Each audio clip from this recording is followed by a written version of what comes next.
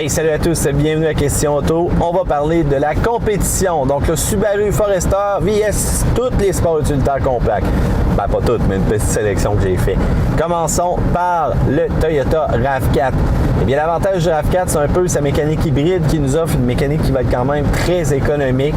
C'est assez surprenant et on va avoir une meilleure capacité de remorquage aussi lorsqu'on va choisir celle-ci. C'est intéressant de voir aussi tous les équipements de sécurité qu'on peut avoir et qui viennent de base maintenant avec la configuration Toyota. Cependant, pas le même système intégral, beaucoup plus un système 4 roues motrices qu'un système à prise constante continue. Et ce qu'on se rend compte, c'est qu'on n'a pas vraiment des capacités aura très intéressantes. On va plutôt faire une répartition entre l'avant et l'arrière, mais jamais du côté latéral. Donc la roue qui aurait besoin de traction va être tout simplement là morte pendant que l'autre va patiner comme une folle à côté. Au moins avec le Forester, eh bien, on a quand même le X-Mode qui nous permet de verrouiller tout ça et qui nous permet quand même de passer des obstacles un petit peu plus intéressants. Cependant, j'aime beaucoup le look aussi du RAV4, c'est quand même un petit peu plus agressif. Toyota ose présentement et je trouve que ça se différencie quand même beaucoup. Un petit nouvelle mécanique, quand même redessinée aussi, qui commence à avoir une allure intéressante, le CR-V. Le CR-V a toujours été connu pour l'espace intérieur, la configuration de ses sièges qui est vraiment unique. Et là, on a une motorisation turbo qui s'ajoute cette année, donc choix de moteur, ça va être intéressant parce qu'on demandait ça depuis un bon bout de temps. Et c'est ce qu'on aime aussi, avoir le choix des motorisations avec les véhicules sport utilitaires. Donc, motorisation turbo, cependant, à faire attention, des fois ça demande un petit peu plus d'entretien avec le temps. On va voir comment que ça va vieillir aussi. Mais au moins, on va agrémenter un petit peu le CR-V qui en avait de besoin. On ne l'a pas encore essayé présentement, mais j'espère qu'on a agrémenté un peu aussi l'effet conduite. Et enfin, un bouton pour le volume à l'intérieur. Ça, c'était quand même un must. Pour le reste, le Forester est un petit peu plus aventurier que le CR-V. On va être capable de se rendre un peu plus creux et d'avoir un petit peu plus de plaisir lorsqu'on va avoir vraiment des conditions particulières environnementales ou encore sur la route pour se rendre jusqu'au chalet. Un autre véhicule qui est très intéressant, c'est le Mazda CX-5. Donc, on a quand même acquis une bonne popularité ici de notre côté.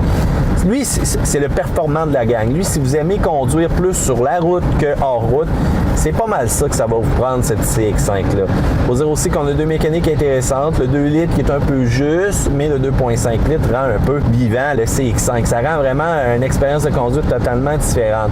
Lorsqu'on va arriver dans des détours, lorsqu'on va arriver sur des endroits où est-ce qu'on a besoin de mordant, les grosses roues aussi, c'est intéressant. L'intérieur qui peut être vraiment personnalisé et qui est peut-être un peu plus beau présentement que celui-là du Forester, eh bien, je vous le dis tout de suite, c'est quand même une petite considération intéressante qu'on peut porter au Mazda. L'autre gros avantage, c'est la fameuse garantie de kilométrage illimité. Les 3 premières années que vous prévoyez acheter votre CX-5, si vous avez dans les plans de faire le tour du monde, ben écoutez, si vous faites 100 000 km, ben votre véhicule va être encore garanti pare-choc à pare-choc dans les 3 premières années. Même chose aussi pour les composants de motopropulseurs. Donc, sur 5 ans, si vous faites 300 000 kg, il n'y a pas de problématique. Au bout de la 4e année, ça va être encore garanti. Fait que ça, c'est super intéressant. Dans les autres choix qu'on rencontre, eh bien, il y a toujours les Coréens qui sont très agressifs. On peut penser donc au Tucson, Santa Fe, on tombe un peu dans une gamme à part, un peu si on veut, en dimension. C'est comme un peu un entre-deux.